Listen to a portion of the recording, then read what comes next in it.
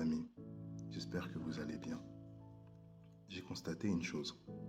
Parfois, lorsque nous sommes dans un environnement propice et favorable, une impression inconsciente que je nommerais zone de confort se crée.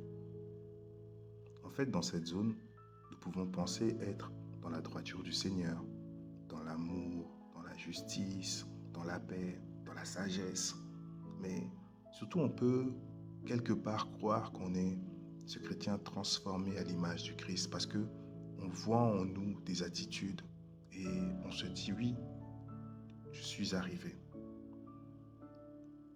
Dans les Écritures, dans un premier temps, en fait, on voit que les premiers chrétiens, notamment les apôtres, vivaient paisiblement à Jérusalem. La communauté grandissait, ils partageaient les choses, il n'y avait pas d'indigents au milieu d'eux. Librement, on pouvait vaquer à ses occupations dans la ville, mais au bout de quelque temps, comme le sang du glas, la mort d'Étienne, en fait, est venue déclencher un changement dans l'environnement. Le paisible, en fait, a été troqué pour de l'oppression, de la persécution, de la condamnation. La zone de confort a été mutée en zone de cauchemar.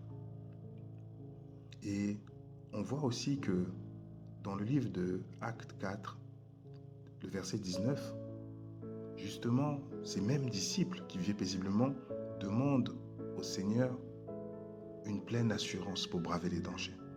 Le verset dit exactement, « Et maintenant, Seigneur, sois attentif à leurs menaces et donne à tes serviteurs d'annoncer la parole avec une pleine assurance. » Et on sait que par la suite, par rapport au contexte, il y a eu une dispersion justement de ce groupe. Ils sont partis dans les extrémités de la terre. Et pour beaucoup, en fait, leur pèlerinage, leur marche avait pris une autre forme. Le constat était déposé. Jérusalem ne voulait plus des chrétiens. Et la zone de confort n'était plus. Je prendrai la phrase d'une personne célèbre qui dira que le changement d'habitude éveille en nous une résistance au changement. Et on voit par là qu'il y a deux possibilités lorsqu'il y a une situation qui est face à nous, lorsqu'un changement est face à nous.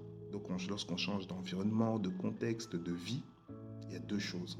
Soit la première possibilité, c'est que notre résistance s'éveille contre Dieu. Ou la deuxième, comme on a pu le voir dans le livre de Actes, en fait, la résistance s'éveille contre la situation. Et là, en l'occurrence, ils ont demandé une pleine assurance contre la situation. En fait, donne-nous les armes pour résister à la situation et ne pas céder. Parce qu'on aurait pu dire, Seigneur, on nous persécute, on nous fait du mal. Et là, on commence à voir que l'amour et la foi est éprouvé. Les Écritures nous parlent de ce qu'on appelle le baptême de feu. À ne pas confondre, bien sûr, avec le baptême du Saint-Esprit, parce que le baptême de feu a pour but d'éprouver en nous nos œuvres, d'éprouver notre foi, d'éprouver des choses. On peut retrouver ces versets dans Pierre, on peut retrouver dans Apocalypse. Mais là, on va lire 1 Corinthiens 3, à partir du verset 11. Ça dit, « Car personne ne peut poser un autre fondement que celui qui est déjà posé, lequel est Yahushua Mashiach.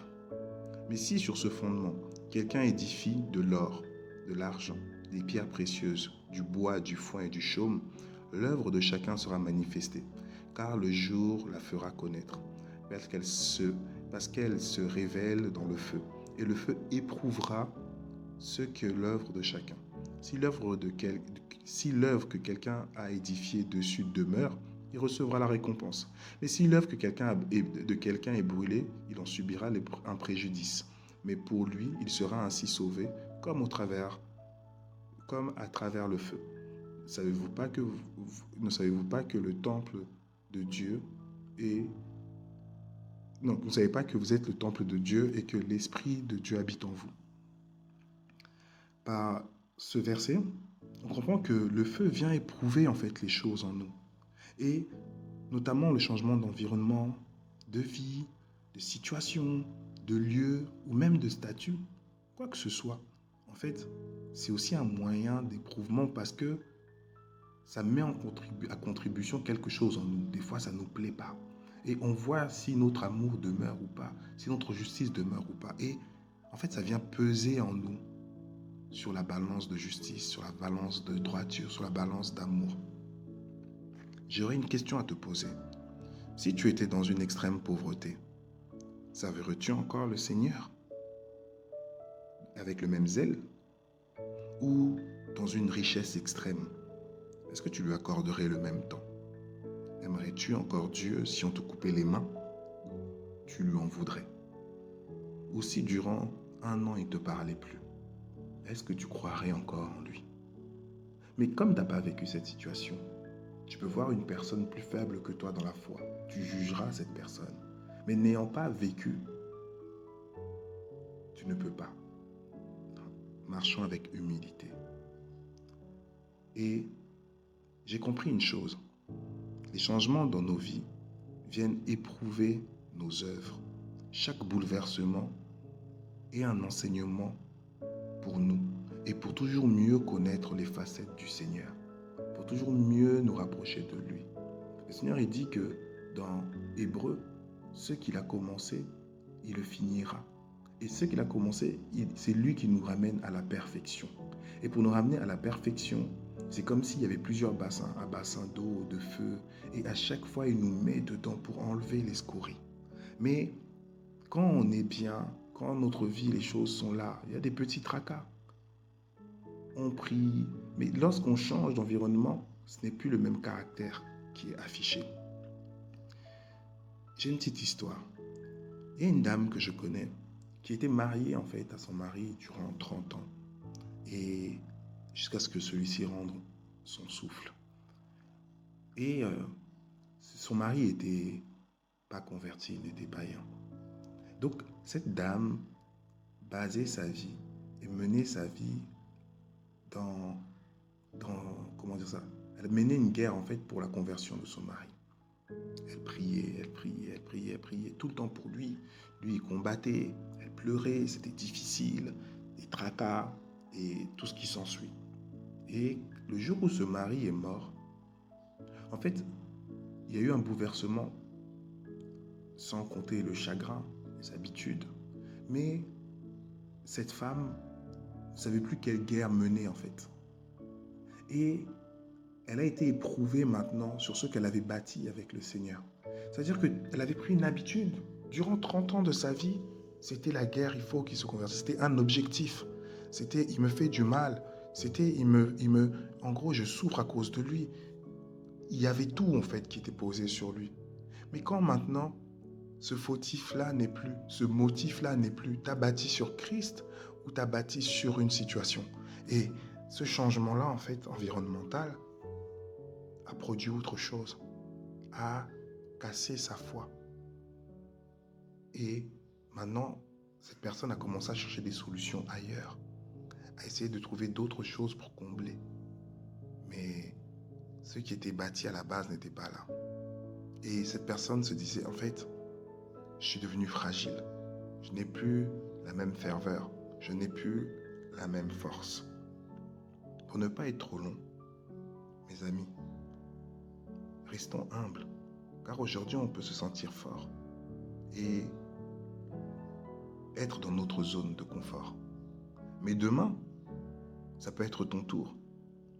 Et ton comportement peut être pire que celui de l'autre, que tu jugeais aisément. On dit que celui qui se tient debout prenne garde de ne pas tomber. Parce que ce n'est que la grâce en fait qui nous maintient. Donc veillons en fait. Veillons. Parce que celui qui, comme Job, là où on voit qu'il arrive à l'extrême et qui n'accepte pas de maudire Dieu, là où tout le monde l'aurait fait, on voit qu'il a été éprouvé et qu'il a prouvé justement son intégrité. Job a prouvé son intégrité.